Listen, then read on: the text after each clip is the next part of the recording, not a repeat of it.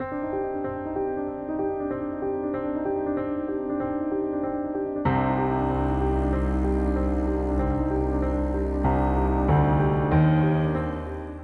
की अनंत self life के वैज्ञानिक कारणों की पड़ताल में इसकी आंतरिक संरचना सहित कई विशेषताओं का पता चलता है,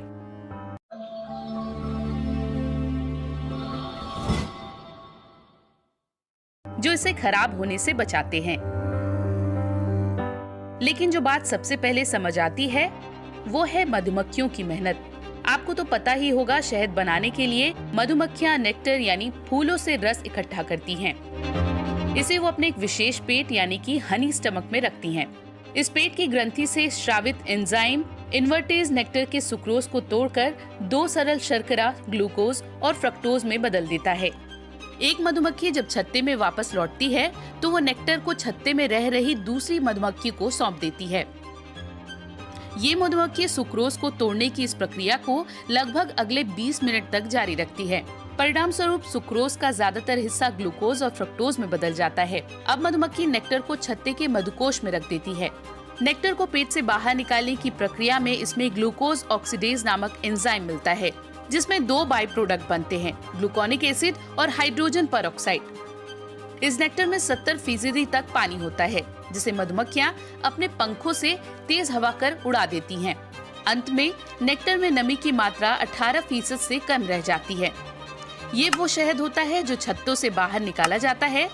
अगर मधुमक्खियों को कृत्रिम रूप से केवल चीनी ही खिलाया जाए तो वो भी शुद्ध शहद देंगी। ये थी मधुमक्खियों की मेहनत। मधुमक्खियों के अंदर एक ये बहुत अच्छा लक्षण है कि उनके सिस्टम में, डाइजेशन सिस्टम में, जब वो चीनी का घोल जाता है तो वो उसके अंदर एक एंजाइम, इन्वर्टेज एंजाइम को डालती हैं, जिससे वो सुक्रोज जो है वो ग्लूकोज और फ्रक्टोज में तब्दील हो जाती है, बदल जाती है। तो बिल्कुल निश्चित रूप से उसमें आप बेफिक्र रहिए। अगर कोई आर्टिफिशियल फीडिंग हम करते हैं तो उसमें जो है वो मधुमक्खियां जो है इन्वर्टेज एंजाइम को डालती हैं, जिससे वो सीधा ग्लूकोज और फ्रक्टोज में बदल जाता है और वो शुद्ध शहद की श्रेणी में आता है। अब तैयार शहद की संरचना पर गौर करते हैं। इसमें पानी की मात्रा 18% तक कम है।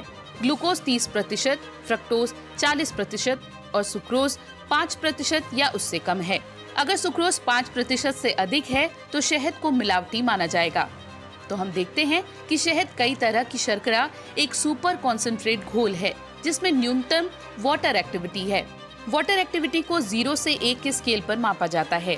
शहद में ये 0.6 है, जबकि बैक्टीरिया और अन्य माइक्रोब्स को पनपने के लिए 0.75 से ऊपर की वाटर एक्टिविटी चाहिए। साथ ही शहद की प्रकृति अम्लीय है। इसका औसत पीएच 4 के करीब होता है। इसमें ग्लूकोनिक एसिड का बड़ा योगदान है।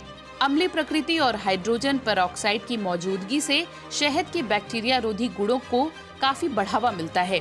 फर्मेंटेशन ऐसे शहद में जो एयर टाइट बंद है, जिसमें ग्लूकोज, फ्रक्टोज और सुक्रोज की मात्रा तय अनुपात में है और नमी की मात्रा 18% या उससे कम है, तो वो बिल्कुल खराब नहीं होगा। एयर टाइट अगर वो किसी उसमें डिब्बे में बंद है जहां नमी नहीं एंटर कर सकती, लंबी अवधि तक उसको रख सकते हैं। समय के साथ शहद क्रिस्टल के रूप में परिवर्तित होकर ठोस भी होते देखा गया है, लेकिन ये खराब नहीं है। ऐसा केवल शहद के अति सांद्र होने के कारण है। लेकिन फिर भी बाजार में मिलने वाले शहद पर एक्सपायरी डेट लिखी होती है, क्योंकि अगर शहद को पूरी तरह से सील बंद डब्बे में नहीं रखा जाए तो बाहर की नमी से ये खराब हो सकता है। यानी शहद को अमर बनाने के लिए हमें मधुमक्खियों की कला सीखनी होगी।